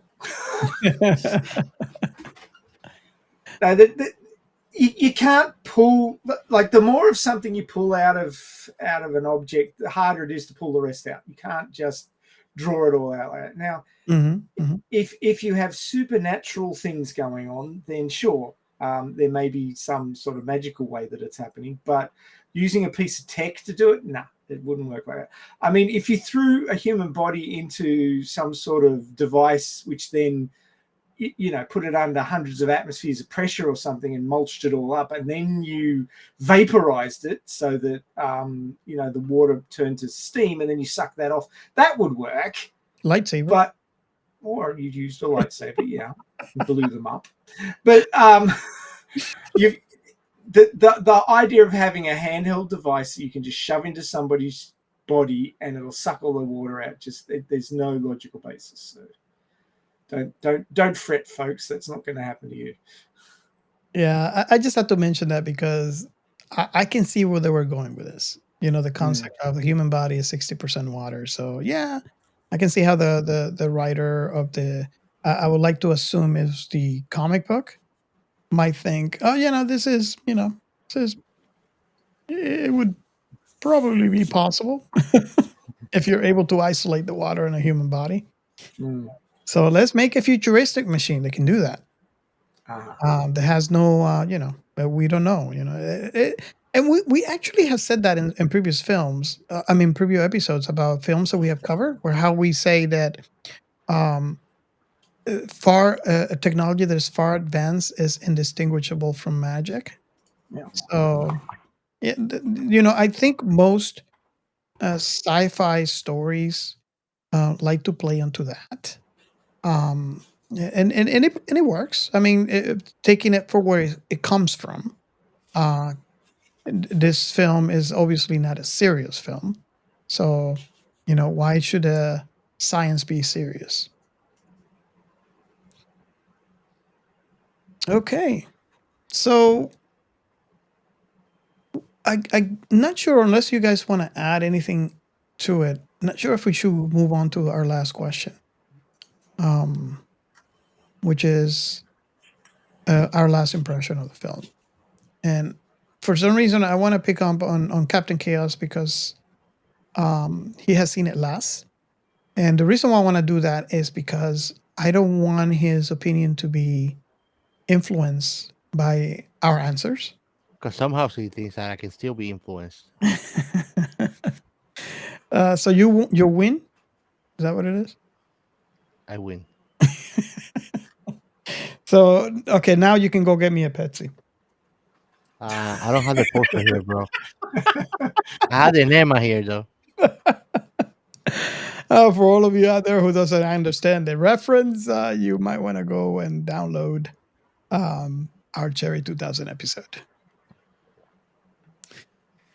So, Captain Chaos, what is your last impression? Like when we impression. finished These our are the last ones, guys. Okay, there's no more impressions after this one. the last impression. When we finished watching this film, which I was kind of nervous to hear your thoughts on it. I was glad that you enjoyed it as much as. Nervous. So, what is your last impression on this film? And I'm sure this impression is going to get recorded for prosperity.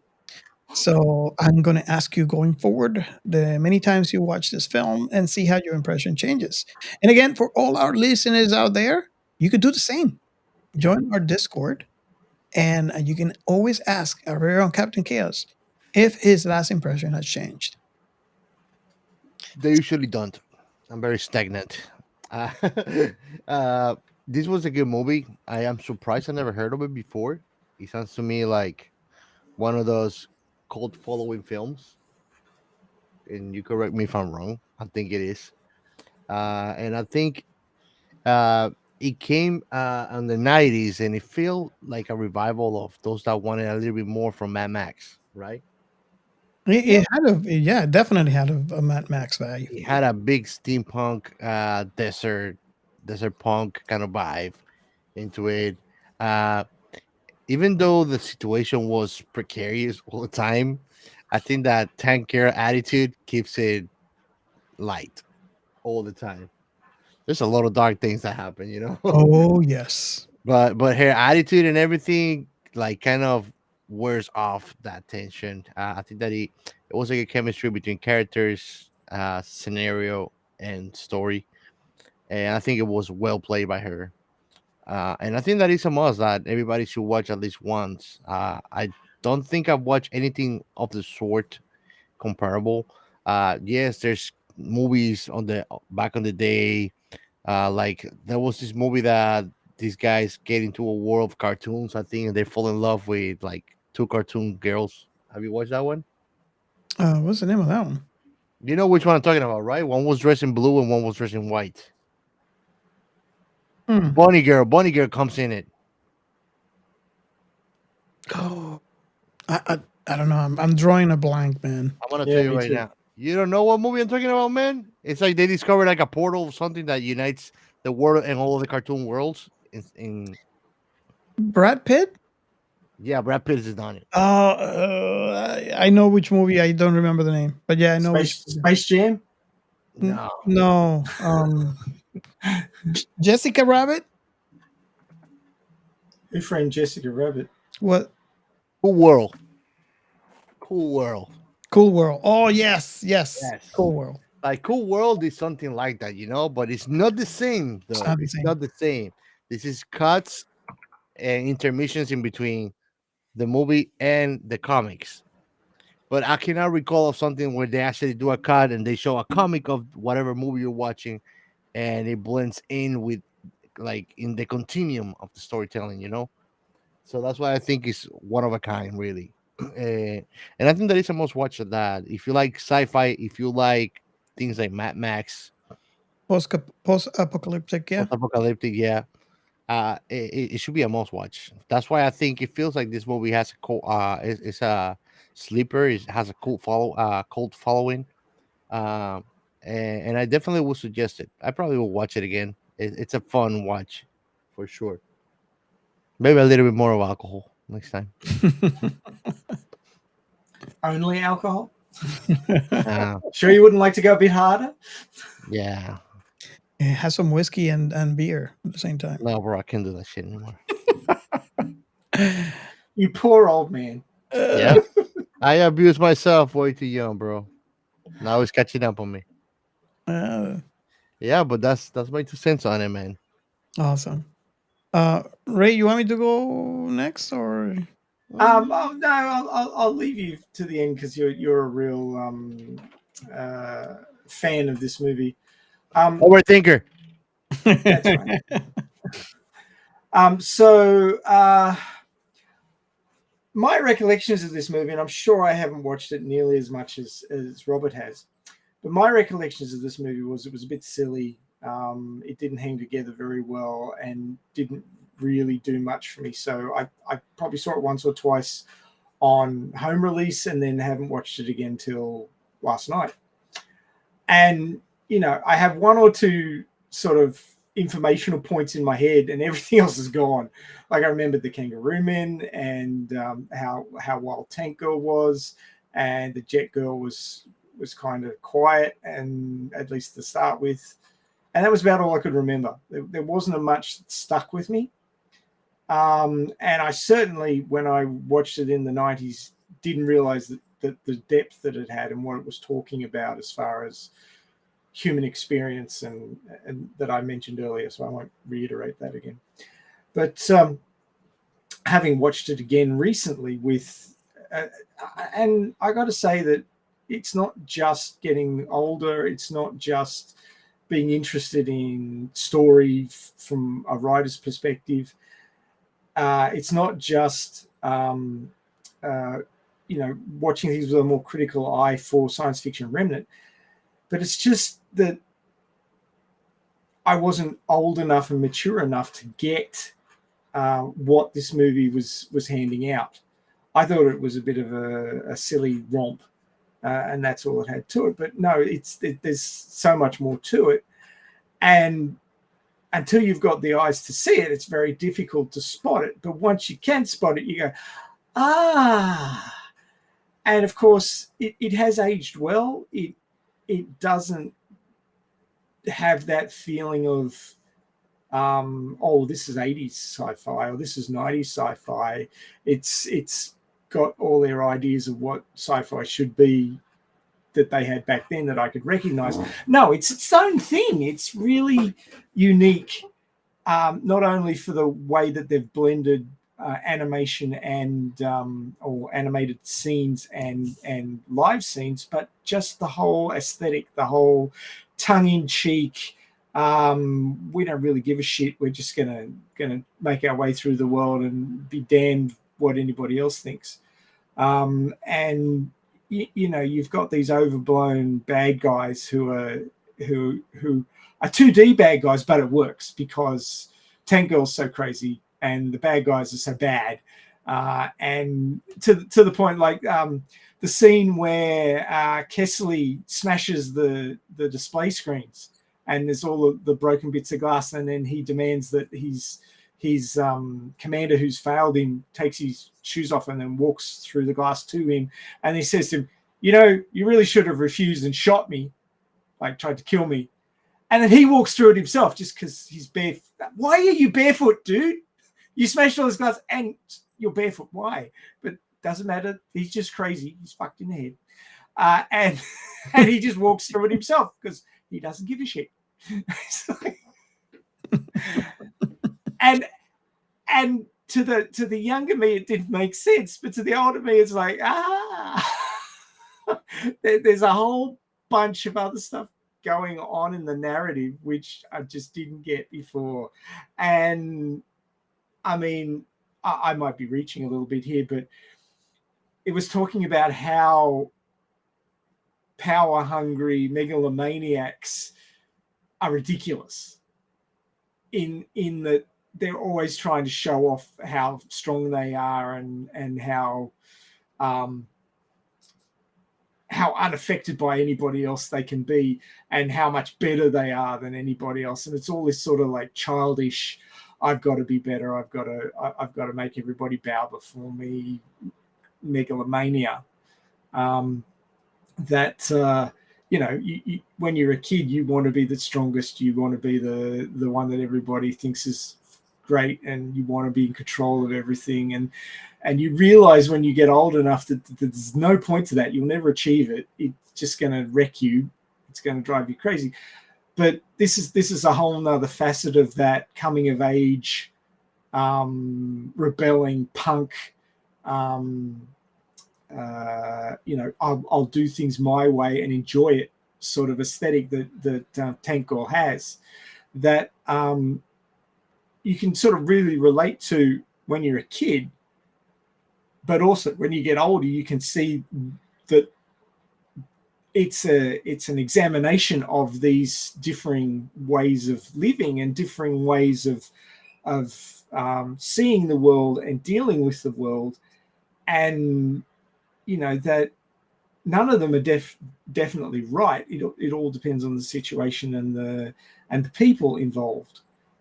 So it really does have a depth that I enjoyed watching it more recently that I couldn't see before. So I'm glad that I had the eyes to see it this time around. Flaky. So, I mean, it's not a movie that I could watch over and over and over again and get something new from every time, but certainly watching it when I was younger and then watching it now, I'm definitely getting more from it now than I did back then. So I do think that if you really have the eyes to see it and can think more deeply about these subjects, then you will get a lot out of this movie. So I think it's well worth at least one or two watches, maybe once in your teens or 20s and then another time in your 40s or 50s, and see. Well, it's a long-term experiment, but see what you get, see if it means as much to you. But yeah, I'm certainly entertaining on a very basic level, but there's a lot to it as well. Awesome. I would have to echo what all of you have said. I agree 100% with it. My last impression of this film is how fun it is. This is the type of movie, at least to me, and kind of wondering if we become this to you guys as well, and to the people listening to the show. This is that kind of film that you have that you just play, maybe, I don't know if necessarily once a month, but it's the type of movie that you play when you want to have fun.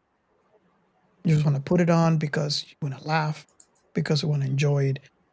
I've seen it a lot of times, and it doesn't matter how many times I see this film, it doesn't take away the fun factor watching this film.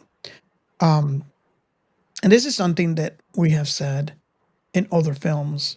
It's not to the, about other films that we cover, not to the extent, but this is a film that you could also think deep if you pause and chew in what's happening on the scene. You actually have material to think. So if you are one of those like me that like to think or overthink, however is from a certain point of view, there's material there for you to analyze. There's material there for you to think deeply about topics, about things that are going on. It is filled with those, but it doesn't take away from the fun. It doesn't take away from how funny it is, how comedic it is. And if you have experienced the 90s, it has the nostalgic factor, because this film will bring you back to the 90s. Not only in it's displayed, but also in its music. And this is another thing that I can appreciate, that I can enjoy, because I experienced the 90s. So every time I watch this film, it brings that nostalgic feeling back. And this is something that I feel sad that Gio does not or could not experience. But he still agrees that the film, regardless of that, it is a lot of fun, and it's very, very funny. Yeah, you guys should have joined us in our Discord watch party. It was a good time. It was a Hell good yeah. time. Oh yeah. It was 4 a.m. in the morning for me, so that wasn't going to happen. Sorry. No, enjoy your beauty sleep, man. That's more important.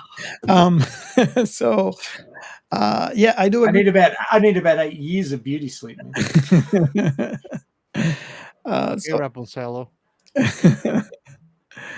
so I do agree with everything you mentioned about this film. I just had to make sure that I mentioned that, and it's an invitation to the listeners out there, to, if you've not seen this film before, and watched it, and then reach out to us and let us know What do you think? Do you agree with our thoughts? Do you agree with everything that was said, or this is something that is not for you? Because that is okay too.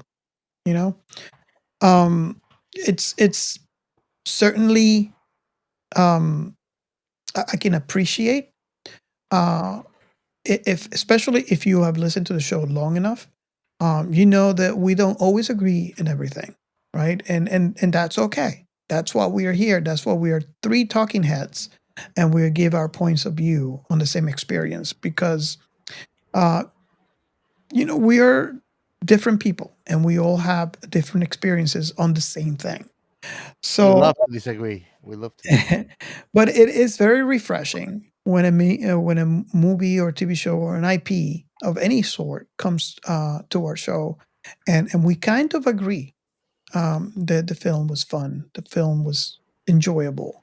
Mhm. Um, so I like to hear from you guys and see if you guys agree with us. If you have actually watched it earlier, like especially what Ray just mentioned. It wasn't a good film back then, but rewatching it now with more experience, more life experience under your belt, you actually take away something different than you took the last time that you watched this film. So we are very curious about all these things, and I invite all of you to reach out to us through all our socials, and definitely on Discord. That's definitely where you would definitely find each of us and talk to us about this film. So that is my final thought. So should we move on to our last segment? Let's get technical. Technical, technical. I wanna get technical with the Tank Girl movie. Oh yeah, oh. We are going See, to release a playlist of Cat and Chaos singing. it's just like Tank Girl. You just have a sudden production number. It just appears out of nowhere. Somebody Bears held a gun. do it. Bees do it. Somebody held a gun to his head and made him sing. I do that shit for free. Okay, here he goes. The science in sci-fi. Oh, Science tank sci-fi. Before we get into the science behind science fiction of Tank Girl, I just wanted to bring something up that popped up on my feed this week, and I thought it was worth passing along to our listeners. So there's this group that was begun by Carl Sagan, Friedman, and Bruce Murray in 1980 called the Planetary Society.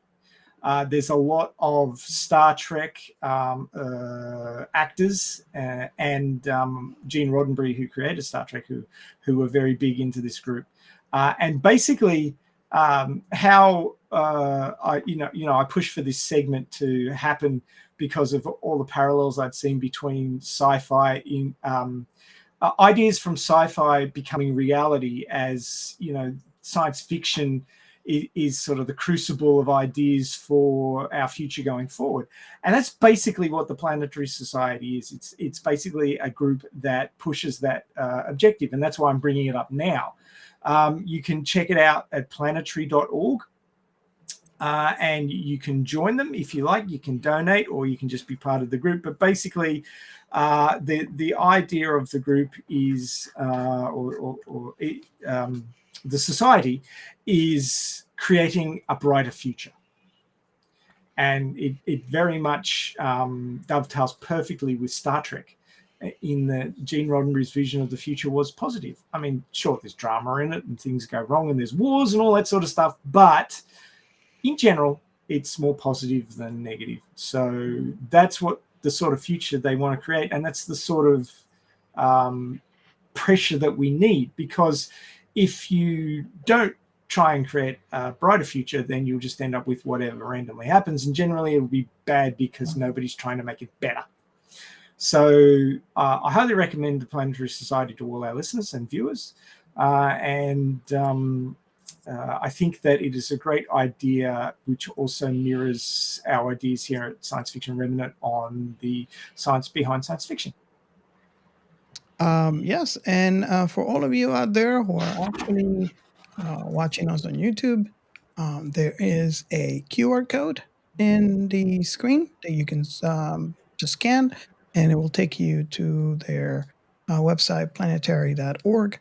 And obviously, if you're listening to our pod on the audio feed, you'll find a link in the description. Oh, and I should mention that Bill Nye is their current chairman. And Neil deGrasse too. Neil deGrasse is in there as well. Yes. Yep. I follow him. They actually talk a lot about that in Star Talk, which is one of my favorite podcasts. Well, I mean, it had never been brought up on our podcast before, so I thought it was worth shoehorning in there. Definitely. So what do you guys think about the science behind Tank Girl? Was it drug fueled? Certainly. Did you happen to notice that the tank that she stole was not the tank that she was driving around once it was dolled up? It was a completely different model. Yep. She went from like an 80s model to a Second World War model. They couldn't use the nice ones to fuck it up. Yeah, exactly. And all I say to that is, why not? It's Tank Girl. The tank had attitude too. And it fired beer. So I got turbine. The only thing that came out to my head when I saw that shit turning on turbines and going high speed on a dirt road is like, great. That's the best way to run in a vehicle with no fucking suspension. High speed. Oh, awesome. Without sealed roads, yeah. Yep. I mean, most of those, proper main battle tanks from the recent, last 40 years are so heavy that they will destroy hardtop as they drive over it. The tracks will just break it up. Yep. I actually saw a like a parade, like an Easter parade kind of deal back in the 80s when I was in high school. I went down and watched it, and they had, because where I lived then, where I grew up, was a town called Albury, New South Wales. It's part of Albury-Wodonga, which is on either side of the Murray River, which is the border between New South Wales and Victoria. So if you want to look on Google Maps or whatever, just search for Albury, New South Wales, and you'll see where I grew up. And there's a lot of army bases around there. I've actually been on a few of them when I was working with my father when I was a teenager, because he was an electrical contractor who was a government-preferred contractor, and he did a lot of work on the bases out there. I actually worked on a tank workshop for Leopard tanks, and there was this big tunnel made out of, the massive water pipe cement sections, that you can stand up in. They're that big. Mm-hmm. It was made of those, and they used it to service the targeting lasers and test them. The targeting lasers for the tank for the tank main guns. So that was really interesting. But because there's a lot of military bases, they got the military in to be part of the Easter parade, and they were at the end. So you had the marching bands and the floats and the people all dressed up and stuff like that. And then the military rolled through, and they brought a main battle tank with them. And it rolled down the main street of Albury, tore up all the hard top, which is wrecked. That was a plan. It went round a corner and just went, and the road was just all torn up. You couldn't drive over it. It took them days to fix it. You know what? They never did that again. They never had a main battle tank. Didn't. Whose bright idea was that? I don't know, but after that, it was all the it was all the hard top safe vehicles. Like the small caliber tanks with the big rubber tires, not the tracks. The ones I'm talking about, like the patrol tanks. Yeah, the hybrids, and like the big trucks with the big wheels, and like they showed all that shit off, but there was never another tracked vehicle, never another main battle tank. So drive a main battle tank down the main street of a town, you don't have a main street anymore. Sorry. Yeah, definitely. Just tore it to shreds. I'm going to take the first. Go for it. First science on topic. So if you remember the plot, it says in the It year had a plot. it had a plot. Believe it or not. Wow. We're close to the end, guys. It didn't 2033. it didn't need a plot, but you know. So in the year 2033, so this is 10 years from now. So you know, Already. be looking up to the sky. After a decade-long global drought in the wake of a comet striking the Earth. And that is the sentence. I'm going to stop right there. That is the sentence that made me thought about this particular topic. So uh, we have asteroids always, hitting the Earth, right? Um, you can go to Google and you'll find multiple, the ones that do kind of burn enough through the atmosphere that they actually hit the ground. But most of those they just burn up in the atmosphere, and it's because they're small enough, right? And so, in a sense, our atmosphere is protecting us from the constant bombardment that comes from space. In addition to like the big massive planets on our solar system, they're kind of our barrier, but they do get through and they do reach Earth, and atmosphere does its job in kind of protecting us.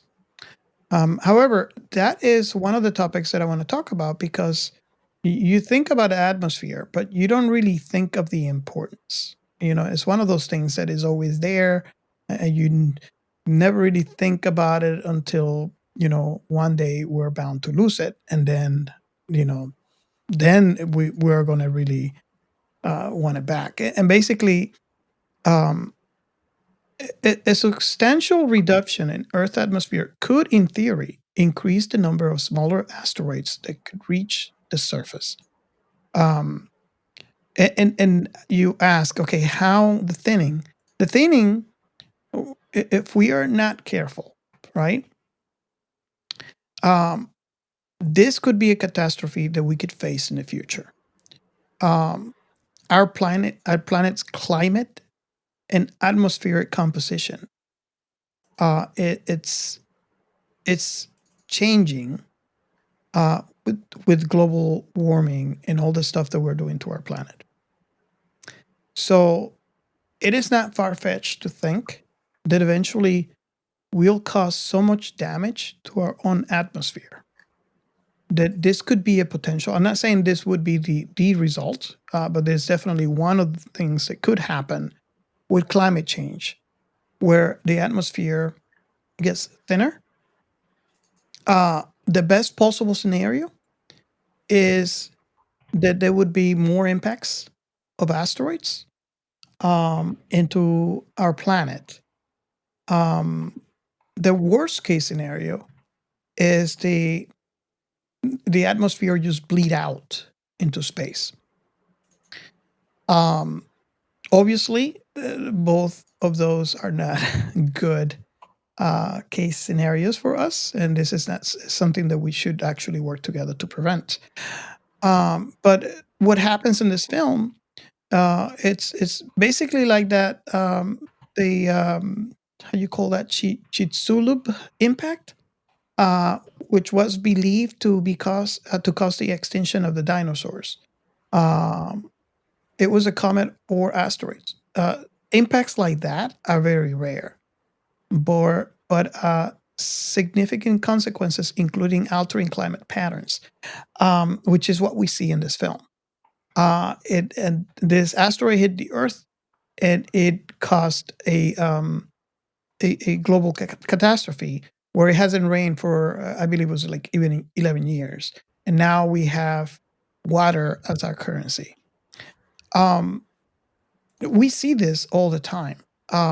Like for example, there's water on the moon. There's water in Mars.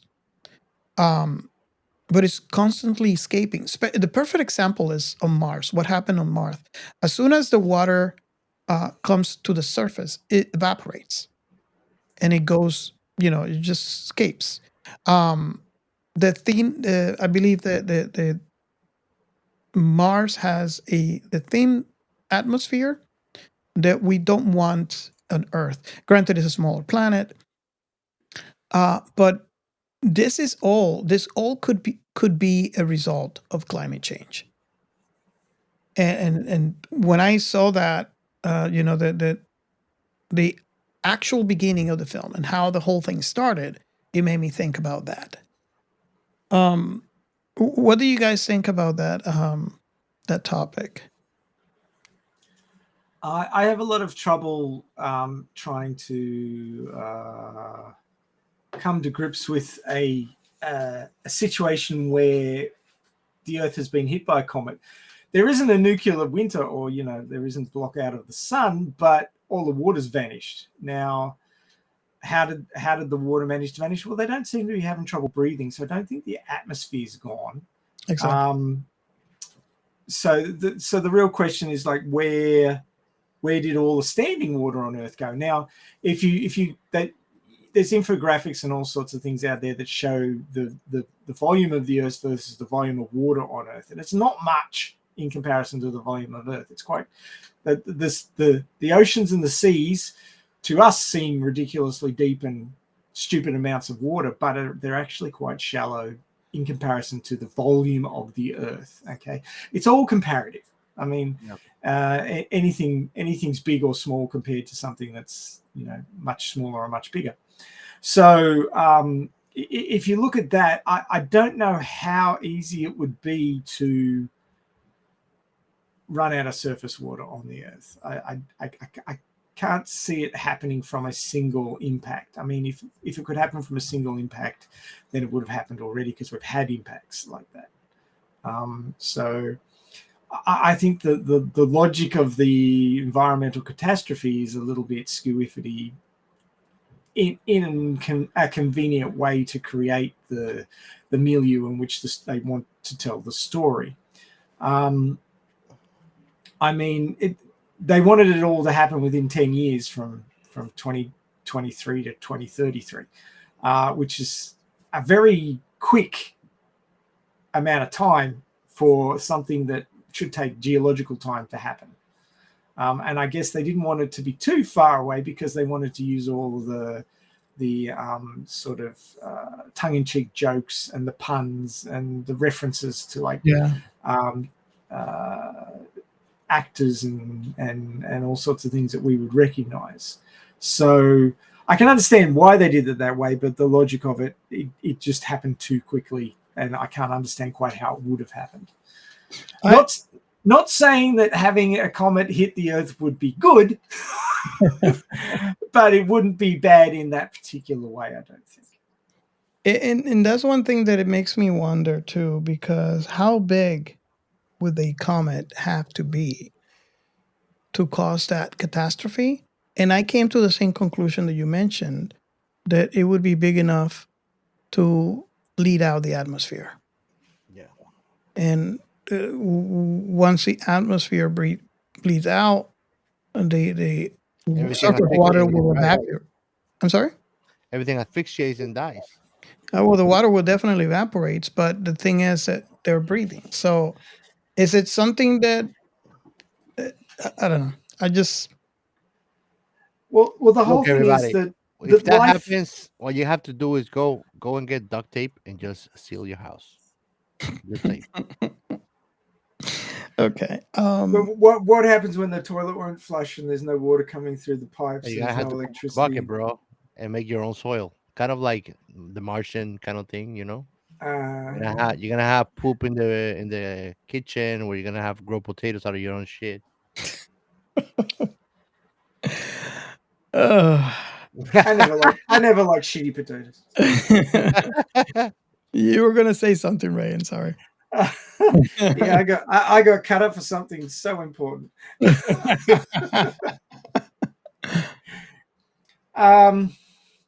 I can't remember exactly what it was now, because I'm too busy laughing. But there's other stories where the Earth's seas have dried up. The history of Warhammer 40k, which is, started out as a war game, but now has a massive backstory of tens of thousands of years.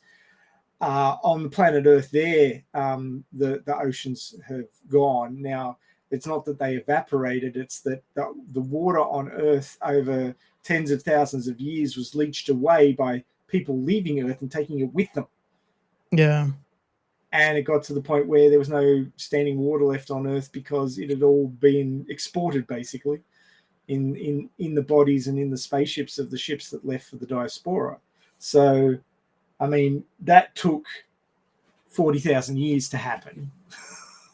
And this took 10. It's just the logic of the time frame just doesn't really compute. But I mean, they weren't too worried about science in this movie. But having said that, the effects that a large body crashing into the Earth would have are none of them are pleasant. There's no upside. The plus column is empty. So yeah. Let me ask you this: what about if the asteroids was big enough, just borderline to bleed the atmosphere, but it didn't? But it did cause a greenhouse effect on the atmosphere. That still would take longer than 10 years. Oh yeah. I mean, there are people who have a conjecture that the dinosaurs didn't die immediately with the impact of the Chicxulub asteroid. It started a chain reaction which deoxygenated the oceans and killed off all most of the life in the oceans. And of course, we know that the plankton on the surface of the ocean produces most of our oxygen. If you wipe that out, we're in deep shit. Now, if you remove available water from the surface of the Earth, so it's all underground, you will lose the forests and you will lose the plankton and you will have nothing producing oxygen for you. So you're in all sorts of deep shit. Now, certainly with that sort of a global catastrophe, you will lose a lot of population. You won't have as many animals breathing oxygen anymore. But still, there's nothing replenishing it. So you're in all sorts of trouble, dude. Like all sorts of trouble. Okay. We need our oceans, basically. Oh, yes. Yeah. Don't screw up our oceans. We need them. So, if there's nothing else to add, do you guys want to take another one, or what do you think? I mean, I saw it won't take long, but basically, another easy way to make water is from air itself. Oh, yeah. Yeah, it's called. Thank you, Mr. Tatooine. Yeah, actually, the device is called atmospheric water generator, and it basically just condenses the air, and once it sweats, it becomes water, drinkable. You can buy it. I wonder. Yeah, I heard of those. Think about it. There's water in oxygen, so Mhm. as long as there's oxygen, there's always gonna be water. It seems that science is not gonna be that advanced in 10 years, though. That we were actually resourcing to suck the life out of people for water. And for all of you out there wondering, water atmospheric water generator AWG, it is $29,000. So you can buy multiple of them. Yeah. Well, it works on an equilibrium. So how much water you have, surface water, standing water, affects how much you have in the atmosphere. Now, if you've wiped out the standing water, then you're not going to have that cycle anymore, and therefore the air is going to be particularly dry, which is going to make it very hard to generate water out of air. Geo was saying that there's water and oxygen. Well, oxygen is part of water, but there isn't water in oxygen. There's water in the air. That is certainly correct, but water is H2O, so there's oxygen in water, but there's no water in oxygen. I just wanted to make that clear. You could kind of make it, but then that would be like kind of like a Well, because you have to remove all the necessary gases first, and then you get the hydrogen and the oxygen, and then you have to kind of like mix them together. So that's more trouble than what it actually is. Yeah, well, there's plenty of hydrogen in the solar system, but it's not particularly accessible to us down here on Earth. Oxygen is very limited. There's only a small amount of oxygen comparatively. So the fact that there is quite a lot of water on Earth, we're very lucky.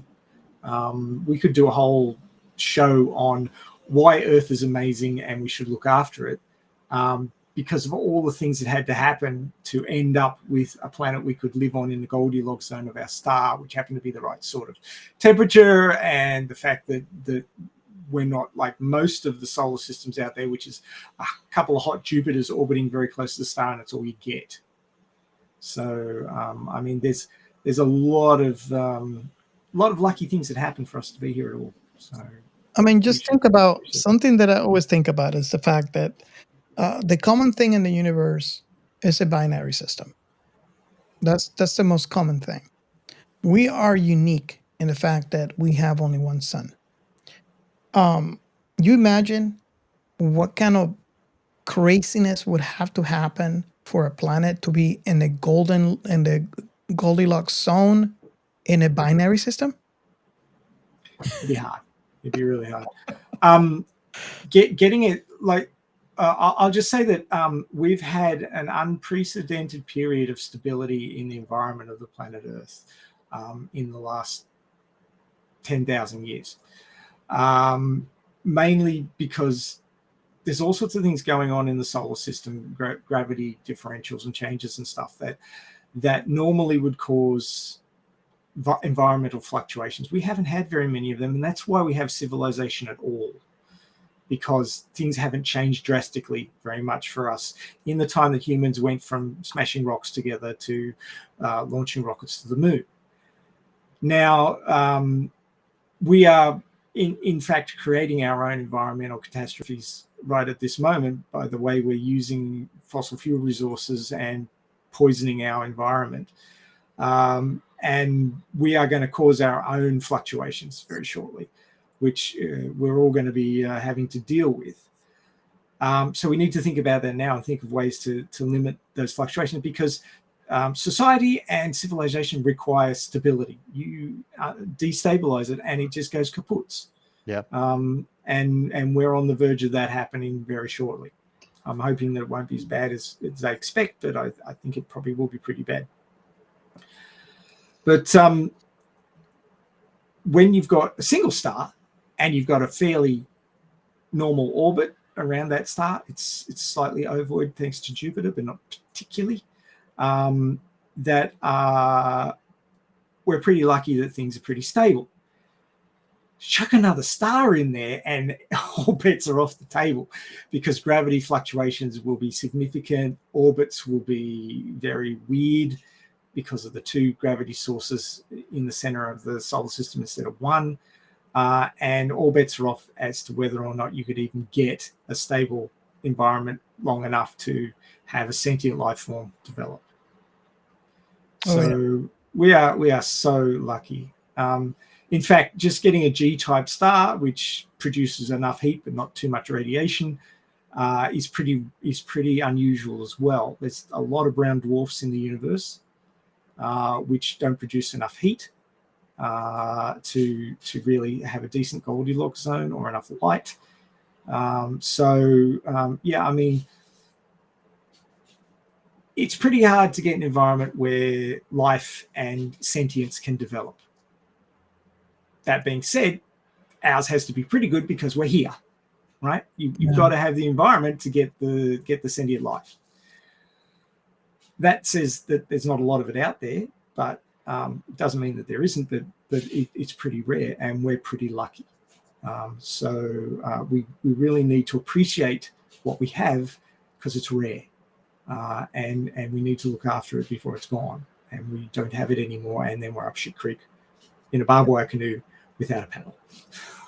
People don't realize we are literally in a spaceship. Yeah. We are in a spaceship. We are going around. not just our own solar system, but going around the galaxy, moving along with the galaxy across the vastness of space. And we're all we got in the spaceship. And people don't realize, I mean, it's kind of funny to have this sense, this fake sense of security. And when you go out, and let's say, for example, you go to the beach and you look at the horizon and you can't see anything farther than the horizon, it's like we have a huge place. We have enough time. We have enough land. We don't have to worry about that's kind of fake security that we get. But you don't realize that sky that you're looking at is paper thin compared to the actual planet. Very, very good. The atmosphere that we live in, that we require for life, if you compare it to an apple, is thinner than the apple skin. Exactly. So go and grab an apple and look at it, and then cut it and have a look at how thick the apple skin is. Our atmosphere is thinner than that in comparison to the Earth. Yep. So we're in a spaceship. You know, a floating fucking rock. Is the dream of every sci-fi lover out there. You're actually in a spaceship traveling through space. So yeah, I've been thinking of starting a submarine community. Just gonna move under the ocean. Speak to Subgirl about that. So anybody wants to take anything else before we close? I'm pretty good. Okay. I think we covered a lot of good stuff. So I think that this is it for this episode, guys. And I want to thank all of you for watching this episode. We all do it. It's just all for you, and we hope that you join us in the next episode. But don't forget to go and subscribe to our YouTube channel. You can just go to Science Fiction Remnant on YouTube, or go to the Discord. I'll be waiting there to actually just fight you off and just contradict whatever you like me to. Captain Contradiction Chaos. And don't forget, if you go and join our Discord channel, or you can reach out to us in any other social medias too. We're everywhere, virtually everywhere. We take also suggestions for new episodes on things that you might love that are sci-fi. Can be anything. If it's sci-fi, it's game on. So bring it on, and I hope to see you on our next episode. Goodbye. Catch you later.